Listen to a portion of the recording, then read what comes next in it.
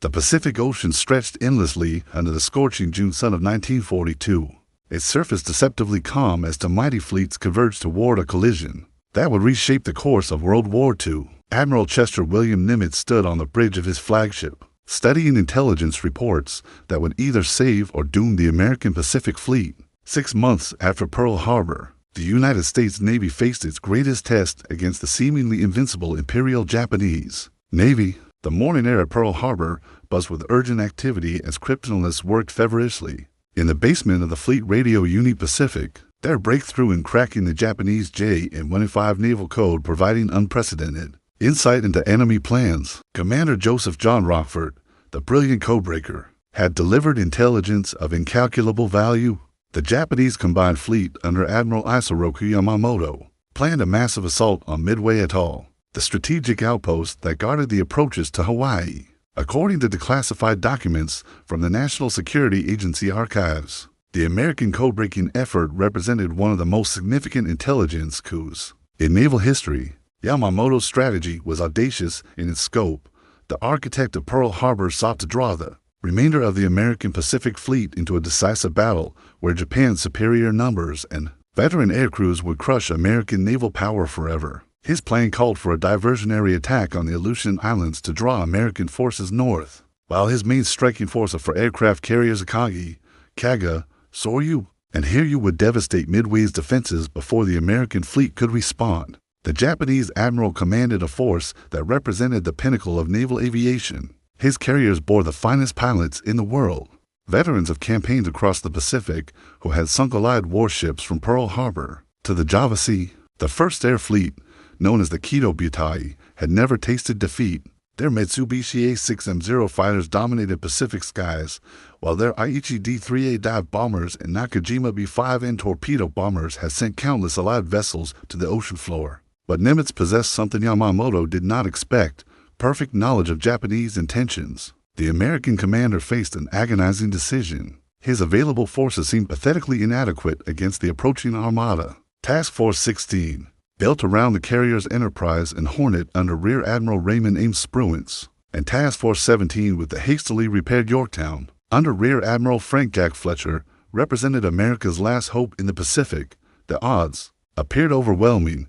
Japan deployed over 160 ships, including 11 battleships, 8 carriers, and hundreds of aircraft. America could muster just 28 vessels, 3 carriers, and approximately 350 aircraft. Many flown by inexperienced pilots rushed through abbreviated training programs. As June 4th dawned, the stage was set for the most decisive naval battle since Trafalgar. The Japanese fleet approached Midway with supreme confidence, unaware that their enemies lay in wait, positioned by intelligence that penetrated to the heart of their battle plans. The fate of the Pacific War and perhaps the entire global conflict would be decided in the waters northwest of a tiny coral atoll that few Americans had heard of before this fateful morning. The pre-dawn darkness of June 4th, 1942, hung heavy over the Pacific as Lieutenant Joichi Tominaga led his strike force of 108 aircraft from the 4 Japanese carriers toward Midway Atoll. The veteran aviator had no reason to doubt the success of his mission. Japanese naval aviation had proven invincible across 6 months of Pacific warfare. Below him, the coral runway of Midway held American defenders who had spent weeks preparing for this moment. On Eastern Island, Marine Captain Marion Carl and his fellow pilots waited beside their Grumman F-4F Wildcats, knowing they were about to face the most experienced naval aviators in the world. The American aircraft were outnumbered and outclassed by the legendary Zero fighters, but the Marines had advantages the Japanese did not expect: radar detection and desperate courage born from defending their homeland's last Pacific stronghold. At 600 hours, radar operators detected the incoming Japanese strike. 26 Marine fighters rose to meet them, led by Major Floyd Blue Parks, whose aggressive tactics had earned him the nickname Red Mike. The aerial battle that erupted over Midway would become legendary in Marine Corps annals, as American pilots threw themselves against overwhelming odds to buy precious time for their comrades. On the ground, the Japanese formation swept over Midway like an unstoppable typhoon. Tominaga's dive bombers screamed down on the airfield installations, while his Zero escorts tangled with the outclassed but determined Marine fighters. Explosions rocked the tiny atoll as fuel dumps erupted in towering columns of black smoke. and aircraft hangars collapsed under the devastating assault. Contemporary accounts from Marine Corps' historical records describe the ferocity of the aerial combat over Midway as unprecedented in Pacific warfare. But the American defenders extracted a price for every yard of destroyed coral. Anti-aircraft batteries manned by Marines who had never seen combat before that morning poured streams of tracer fire into the attacking formations. Several Japanese aircraft fell burning into the lagoon, their experienced crews lost forever to the rising sun's cause. Most critically, Tominaga radioed back to Admiral Chuichi Nagumo aboard the flagship Akagi that a second attack on Midway would be necessary to neutralize the island's defenses completely. This message would prove fateful, as it forced the Japanese commander into a series of decisions that would ultimately doom his fleet. Torpedo Squadron 8 from the Hornet, led by Lieutenant Commander John Charles Waldron, flew directly toward certain death. Knowing their obsolete Douglas TBD Devastator torpedo bombers had little chance against the Zero Combat Air Patrol protecting the enemy fleet, Waldron had gathered his 15 aircrews before takeoff, his weathered face grim as he delivered what many would remember as a farewell address. He spoke simply about duty, honor, and the necessity of their sacrifice. Every man understood they were flying into a death trap, but not one hesitated to climb into his aircraft. The slaughter that followed became one of naval aviation's most tragic episodes. Zero fighters fell upon the slow, lumbering torpedo bombers like hawks attacking sparrows. One by one, the devastators tumbled burning into the Pacific swells. Of the entire squadron, only Ensign George Holden Gay Jr. survived, floating in the water near the Japanese fleet, bearing witness to events that would unfold over the next crucial hours. As morning advanced toward noon, the battle's outcome remained uncertain. Japanese aircraft had savaged Midway's installations, but the island remained defiant. More ominously for Yamamoto's grand strategy, American carriers had not yet appeared. The Japanese admiral began to suspect that his enemies possessed knowledge they should not have, but it was too late to alter his carefully orchestrated plan. The decisive phase of the battle was about to begin. Admiral Chuichi Nagumo faced the most critical decision of his naval career. As reports flooded the bridge of the Akagi during the morning hours of June 4th, his strike force had successfully attacked Midway, but Lieutenant Tominaga's assessment demanded a second assault to neutralize the island's defenses completely. The Japanese admiral ordered his reserve aircraft, armed with armor-piercing bombs for anti-ship operations, to be rearmed with fragmentation bombs for ground attack. This fateful decision would create chaos aboard the Japanese carriers, as ordnance crews worked frantically to switch weapons configurations. Bombs and torpedoes cluttered the hangar decks, while aviation gasoline flowed freely, creating a volatile situation that would soon prove catastrophic. The Japanese had drilled endlessly for such operations, but never under combat conditions with enemy aircraft potentially approaching. At 9:30 hours, a reconnaissance seaplane from the cruiser Tone finally reported the presence of American surface vessels to the northeast. The pilot's initial message mentioned only cruisers and destroyers, causing no immediate alarm aboard the Japanese flagship. But at 10:20 hours, a correction arrived that sent shockwaves through Nagumo's staff. Enemy force accompanied by what appears to be aircraft carrier. The admiral faced an impossible choice. His aircraft were configured for ground attack against Midway, not naval combat. Which armament again would require hours' time he might not possess. If American carrier aircraft were already inbound, his own strike force remained absent, attacking the atoll, while his combat air patrol had been drawn down to low altitude in scattered formations by successive American torpedo attacks. Strategic analyses from the Naval War College have identified this moment as the critical turning point where Japanese tactical advantages began to erode. Unknown to Nagumo, 3 squadrons of American dive bombers were indeed approaching his fleet. Lieutenant Commander Wade McCluskey, leading Enterprise Air Group, had followed his instincts when his initial search proved fruitless, spotting a lone Japanese destroyer speeding northward, likely returning to the fleet. After depth charging a submarine, he followed its wake toward destiny.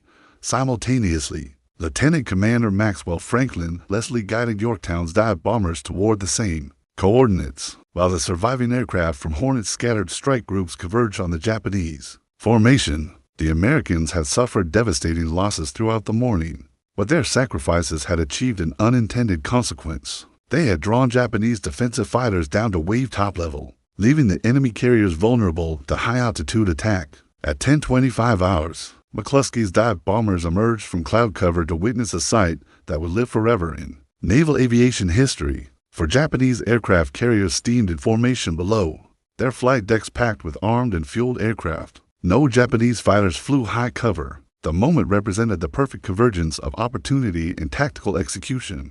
McCluskey selected the Kaga as his target, while Lieutenant William Earl Gallagher led his squadron against the Akagi. The American dive bombers pushed over into their attack runs, screaming down at nearly vertical angles toward the enemy flight decks. Japanese anti-aircraft fire filled the sky with black puffs of explosive shells, but the Americans pressed their attacks with suicidal determination. The first bomb struck Kaga amidships, detonating among parked aircraft and spreading pools of aviation gasoline. Secondary explosions followed as ordnance cooked off in the searing heat. Within minutes, the veteran carrier had become a floating inferno from which few would escape alive. The blast touched off a chain reaction that gutted the carrier's hangar deck and flight operations center. Admiral Nagumo barely escaped with his life as fires consumed his flagship.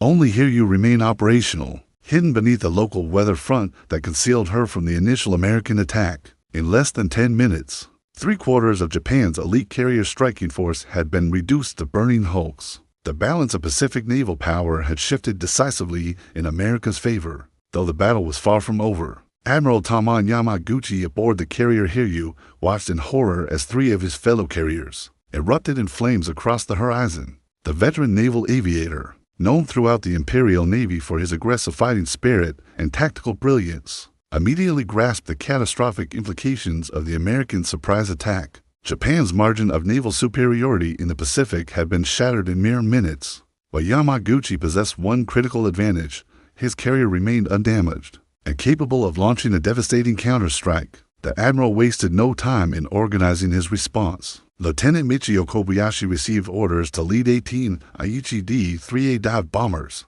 and 6 Zero fighters against the American carriers whose locations had been pinpointed by Japanese reconnaissance aircraft. These pilots represented the cream of Japanese naval aviation, veterans who had participated in every major campaign since Pearl Harbor. Their skill and determination would be tested as never before. At 11:55 hours, Kobayashi's strike force departed Hiryu's flight deck, climbing rapidly toward their rendezvous with Task Force 17. The Japanese aviators flew with the knowledge that they were Japan's last hope for salvaging victory from the morning's disasters. Behind them, ground crews prepared a second strike of 10 torpedo bombers and 6 fighters under Lieutenant Joichi Tominaga, the same officer who had led the dawn attack on Midway. Meanwhile, aboard the American carriers, the euphoria of their stunning victory was tempered by urgent preparations for expected Japanese retaliation. Damage control parties worked frantically to repair battle damage on Yorktown,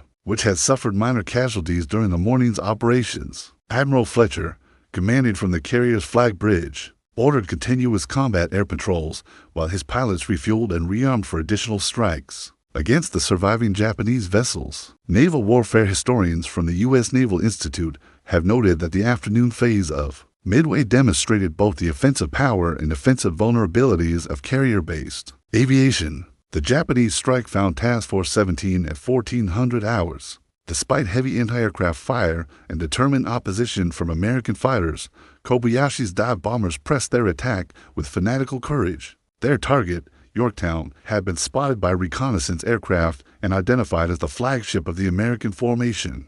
The veteran Japanese pilots demonstrated why they were considered among the world's finest naval aviators. Threading through intense defensive fire, 3 dive bombers scored direct hits on Yorktown's flight deck. The massive explosions penetrated the carrier's armor and ignited fires in her forward elevator well. Within minutes, the ship listed heavily to port as damage control parties fought to contain the spreading blazes. Admiral Fletcher transferred his flag to the cruiser Astoria as Yorktown's crew battled for their ship's survival. The carrier's engineering department performed near-miraculous repairs, restoring power and correcting the list within 2 hours. To approaching Japanese pilots, the vessel appeared operational again, a deception that would prove crucial in the battle's final phase. At 15:30 hours, Tominaga led his torpedo bombers against what appeared to be an undamaged American carrier. The Japanese formation had been reduced by combat losses and fuel shortages, but the remaining aircraft pressed their attack with characteristic determination. Tominaga himself flew with an external fuel tank that had been punctured. During the morning's mission over Midway, knowing he lacked sufficient fuel to return to his carrier, the torpedo attack achieved what dive bombers had failed to accomplish completely. The Type 91 aerial torpedoes struck Yorktown's port side, flooding her engine rooms and stopping all power. The carrier developed a severe list that could not be corrected, forcing Captain Elliot Buckmaster to order abandoned ship as the vessel appeared to be sinking. Japanese pilots returning to Hiryu reported the destruction of 2 American aircraft carriers, believing they had struck different vessels in each attack. This intelligence encouraged Admiral Yamaguchi to plan additional strikes, unaware that Enterprise and Hornet remained undamaged and capable of launching decisive counterattacks. The afternoon's combat had demonstrated both the resilience and vulnerability of carrier operations. While Japanese pilots had succeeded in neutralizing 1 American flat-top, their own losses had been severe. More critically, Hiryu remained alone against 2 undamaged enemy carriers whose aircraft were already preparing for revenge. As the afternoon sun cast long shadows across the Pacific on June 4, 1942, Admiral Raymond Spruance aboard the Enterprise made the decision that would seal Japan's fate at Midway. The methodical admiral, thrust into carrier command only days before the battle when Admiral William Frederick Halsey, Jr. fell ill, demonstrated the tactical brilliance that would make him legendary in naval annals. Despite having achieved a stunning morning victory, Spruance recognized that the surviving Japanese carrier Hiryu posed a mortal threat to his remaining forces. The intelligence reports flowing into Enterprise's Combat Information Center painted a clear picture. 1 enemy carrier remained operational, and Japanese reconnaissance aircraft continued to shadow American formations. Lieutenant Commander Wade McCluskey, hero of the morning's devastating attack on the Japanese fleet, briefed his pilots for what many suspected would be the battle's decisive engagement. At 1600 hours, Enterprise launched 24 dive bombers under Lieutenant Wilmer Earl Gallagher, while Hornet contributed 16 additional aircraft to the strike. These veterans of the morning's combat flew with grim determination, knowing that failure to eliminate Hiryu would leave their own carriers vulnerable to additional Japanese attacks. Throughout the coming night, the American formation climbed steadily northwestward, guided by radio intercepts and reconnaissance reports that pinpointed Hiryu's location. Below them, the waters of the Pacific bore witness to one of naval warfare's most dramatic transformations. The burning hulks of Akagi, Kaga, and Soryu marked the graveyard of Japanese carrier aviation's golden age. According to declassified after-action reports from the National Archives, American pilots described the sight of burning enemy carriers as both triumphant and sobering. Recognizing the human cost of their tactical victory, Admiral Yamaguchi, meanwhile, prepared Hiryu for her final battle. The veteran commander had accepted that his carrier faced overwhelming odds, but Japanese naval tradition demanded that he extract the maximum price from his enemies. His remaining aircraft were armed and spotted for launch while damage control parties prepared for the inevitable American attack. At 1700 hours, Gallagher's dive bombers emerged from cloud cover to find Hiryu steaming desperately northward, her escorts weaving frantically to avoid the plunging American aircraft. The Japanese carrier's anti-aircraft batteries erupted in a cacophony of defensive fire, filling the sky with deadly steel fragments and explosive shells. But the Americans had learned bitter lessons during 6 months of Pacific combat. Their dive bombing technique, perfected through countless training exercises at Pearl Harbor, proved devastatingly effective against the frantically maneuvering enemy vessel. The explosion that followed exceeded even the morning's catastrophic fires aboard her sister ships. Hiryu's forward section disappeared in a towering pillar of flame and smoke as aviation gasoline ignited secondary explosions throughout her hangar spaces. Within minutes, Japan's last operational carrier in the Central Pacific had joined her consorts as a burning derelict. Admiral Yamaguchi chose to remain aboard his doomed flagship, sending his final message to the Combined Fleet headquarters: "We have done our best." The admiral's decision to die with his ship embodied the warrior spirit that had carried Japan to early Pacific victories, but could not overcome the tactical realities of carrier aviation warfare. As darkness fell over the Central Pacific, for Japanese aircraft carriers representing the heart of the Imperial Navy's striking,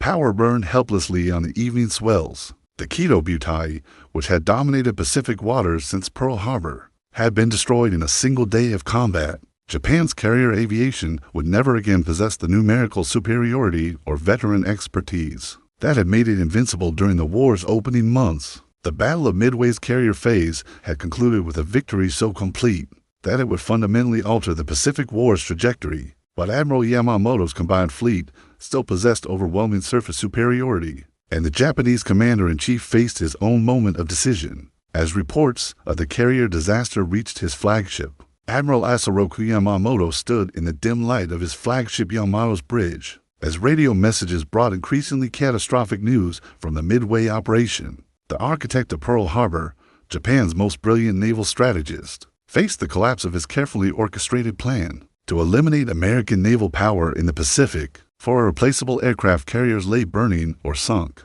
along with their veteran aircrews who had formed the backbone of Japanese naval aviation. Since the war's beginning, the 60-year-old admiral had staked his reputation and Japan's naval supremacy on this single decisive engagement. His combined fleet retained overwhelming firepower advantage with 11 battleships, including the massive Yamato and her sister ship Musashi, against American surface forces that could not hope to survive a traditional gun battle. The temptation to salvage victory through night surface action burned fiercely in Yamamoto's strategic mind. Captain Yasuji Watanabe, Yamamoto's trusted chief of staff, presented the tactical options available to the combined fleet commander. A night advance could bring Japanese battleships within range of both Midway and the American carriers by dawn on June 5th. Japanese superiority in night combat techniques, demonstrated repeatedly in the Solomon Islands campaigns, offered reasonable prospects for devastating the enemy fleet that had humiliated the Imperial Navy.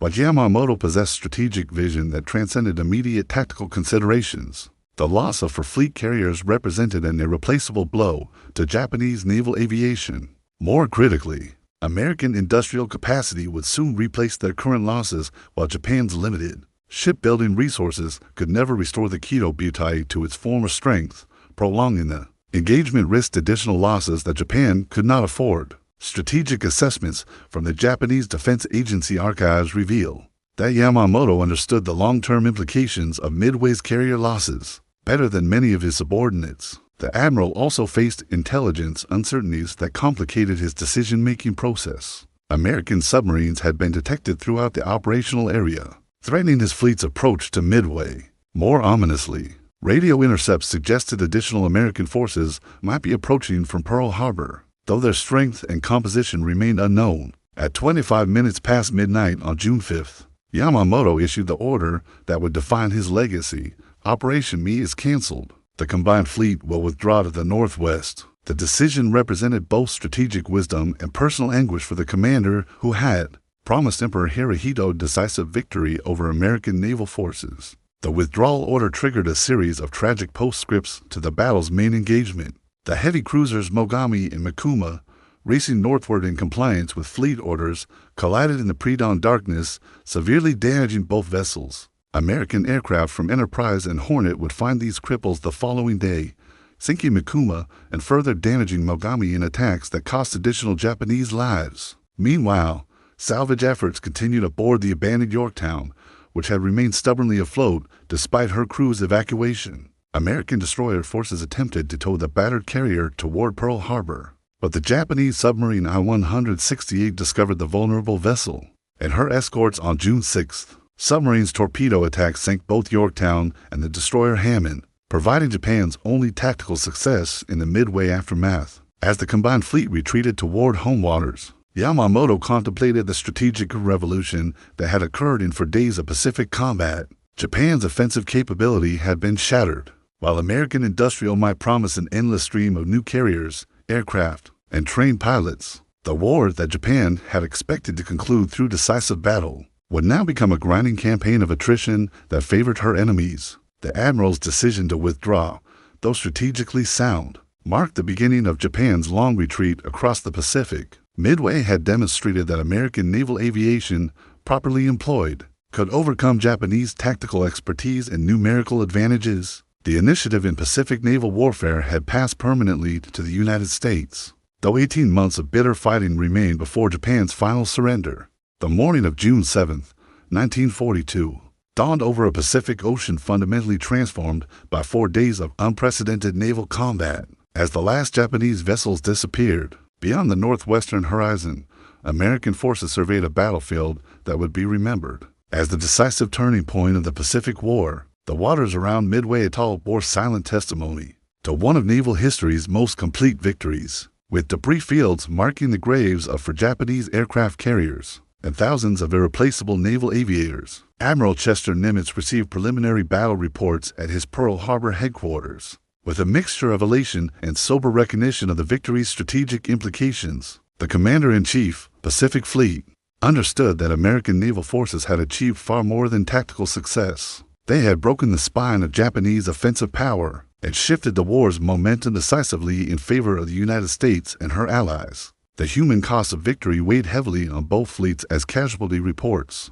filtered through military communications networks. Japan had lost approximately 3,000 officers and men, including some of the world's most experienced carrier pilots whose skills could never be replaced. American losses, while significantly lighter at 307 killed, included heroes like Lieutenant Commander John Waldron and the gallant aircrew of Torpedo Squadron 8, whose sacrifice had contributed to the enemy's destruction. Post-war interviews conducted by the Naval History and Heritage Command revealed that Japanese survivors consistently cited the loss of veteran aircrew as more devastating than the carriers themselves. The strategic ramifications of Midway extended far beyond the Central Pacific.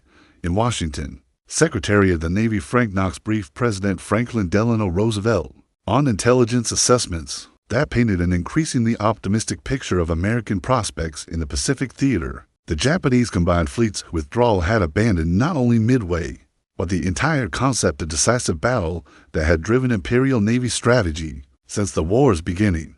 Most significantly, Midway had demonstrated American naval aviation's maturation into a force capable of defeating Japan's elite carrier formations. The victory validated pre-war strategic concepts about aviation's primacy in naval warfare, while proving that American industrial capacity could overcome initial tactical disadvantage through superior training, equipment production, and strategic patience. The battle's technological lessons would reshape naval warfare for generations. Radar-guided fighter interception, coordinated dive-bombing attacks, and signals intelligence had proven decisive advantages that would characterize American naval operations throughout the remainder of World War II. Japanese reliance on individual pilot skill and tactical perfection could not overcome systematic American advantages in technology and intelligence gathering. For Japan, Midway represented the beginning of an irreversible strategic decline. Admiral Yamamoto's gamble to eliminate American naval power had instead eliminated Japan's offensive capability,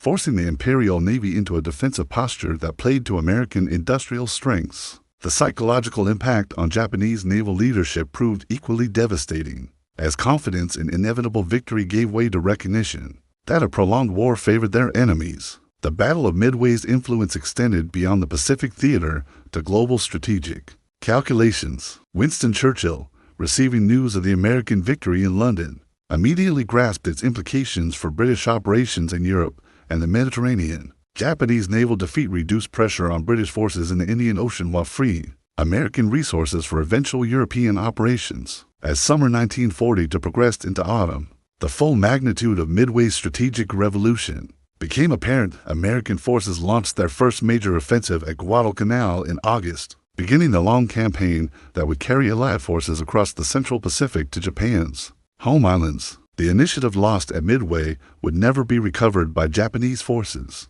Despite desperate efforts and tactical victories in subsequent engagements, the young American pilots who had survived the crucible of Midway would form the nucleus of naval aviation units that would dominate Pacific skies for the war's remainder. Their experience, combined with rapidly expanding flight training programs and aircraft production, created an unstoppable tide of American naval power that swept across the Pacific. With increasing momentum, victory at Midway had indeed changed everything, transforming a defensive war of survival into an offensive campaign of liberation that would culminate 3 years later in Tokyo Bay, where Admiral Nimitz would accept Japan's surrender aboard the battleship Missouri.